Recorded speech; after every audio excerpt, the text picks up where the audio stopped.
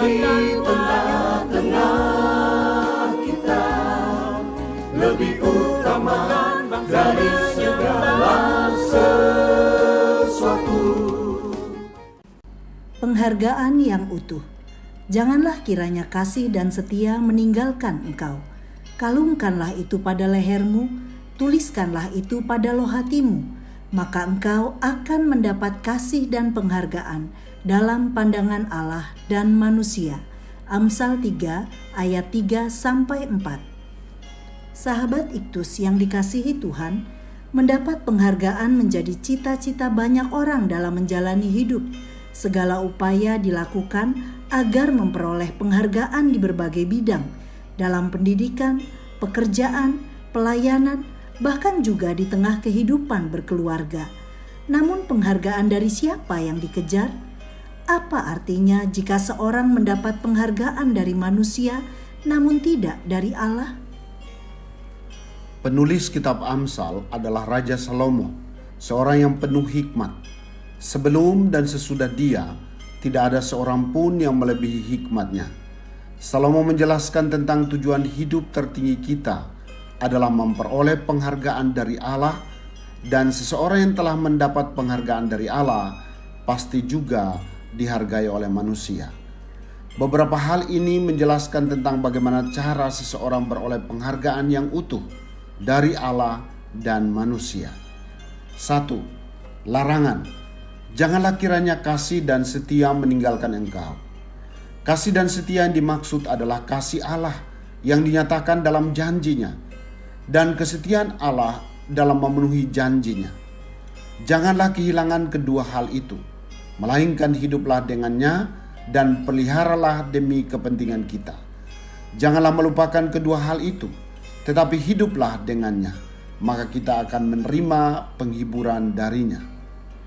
Memegang janji Allah dan meyakini bahwa Allah tidak pernah lalai menepati janjinya merupakan hal terpenting yang tidak boleh ditinggalkan. Penulis Amsal menyampaikan bagian terpenting ini dalam bentuk puisi dengan memberi makna lebih dalam di bagian berikutnya ayat 5. Percayalah kepada Tuhan dengan segenap hatimu dan janganlah bersandar kepada pengertianmu sendiri. 2. Perintah. Kalungkanlah kasih dan setia pada lehermu. Kalungkanlah itu pada lehermu, menjelaskan bahwa memiliki kasih dan setia Allah merupakan kehormatan terbesar yang dapat kita peroleh di dunia ini. Sedangkan, tuliskanlah itu pada loh hatimu, sebagai buah hatimu, yaitu bagianmu dan kesenangan yang paling manis. Nikmatilah saat-saat ketika engkau menjalankan dan merenungkannya.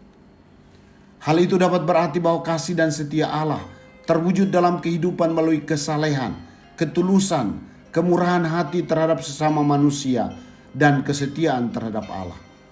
Bahwa kepercayaan kita berpegang pada janji Allah haruslah nampak dalam kehidupan nyata di setiap hari.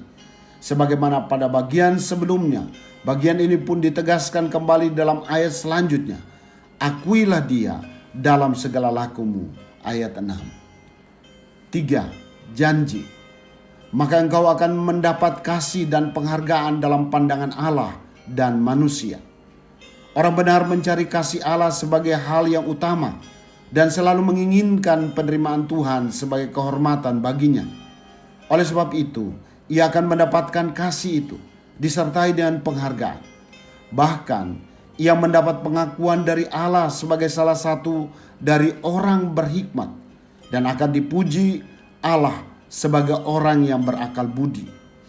Sedangkan mendapat kasih dan penghargaan dari manusia berarti disukai oleh banyak sanak saudaranya. Mereka akan memahaminya dengan baik dalam segala tindakannya terhadap mereka. Secara sederhana orang lain akan melihat keberhasilannya dan memberikan penghargaan kepadanya. Bagian ini ditegaskan kembali bahwa upah yang didapatnya adalah ia akan meluruskan jalan, ayat 6b, sehingga jalan-jalanmu berkenan kepada Allah dan menjadi berkat bagi semua orang. Sahabat Iktus, kasih Allah dinyatakan melalui janji-janjinya yang tertuang di dalam kebenaran firman Tuhan. Mempercayai kesetiaan Allah dalam mewujudkan kasih-Nya berarti kita mempercayai bahwa Alkitab adalah ya dan amin. Di dalam Alkitab terkandung lebih dari 8.000 janji dan tidak ada satu pun janjinya yang tidak tergenapi, karena Allah adalah setia. Alkitab hendaknya menjadi buku pegangan yang menuntun hidup kita. Sebagai respon saya terhadap kasih dan setia Tuhan, maka saya akan memegang teguh janji Allah. Saya tidak menjadi orang yang hidup dalam keraguan-raguan, tetapi seorang yang beriman kepada Allah yang hidup, yaitu Yesus Kristus. Bahkan kesetiaan Allah menggenapi janjinya menjadi dasar bagi saya untuk menaatinya sebagai pengakuan bahwa saya mempercayai Allah dengan segenap hati. Saya percaya bahwa saya akan mendapat kasih dan penghargaan dari Allah dan manusia. Sahabat Iktus yang dikasihi Tuhan, apakah kasih dan setia Allah tetap menjadi pegangan saya hingga kini? Sudahkah kasih setia Allah terwujud dalam kehidupan saya setiap hari? Memperoleh kasih dan penghargaan dari siapa yang menjadi keinginan tertinggi saya? Tuhan Yesus, saya bersyukur karena Engkau telah menyatakan kasih dan setiamu dalam hidup saya. Saya mengalami janji-janjimu tergenapi dalam hidup saya dari hari ke hari. Saya tidak akan melupakan kasih dan setiamu, dan ini akan saya wujudkan dalam ketaatan saya kepadamu. Semua ini saya lakukan demi mendapat kasih dan penghargaan darimu, ya Tuhan. Amin.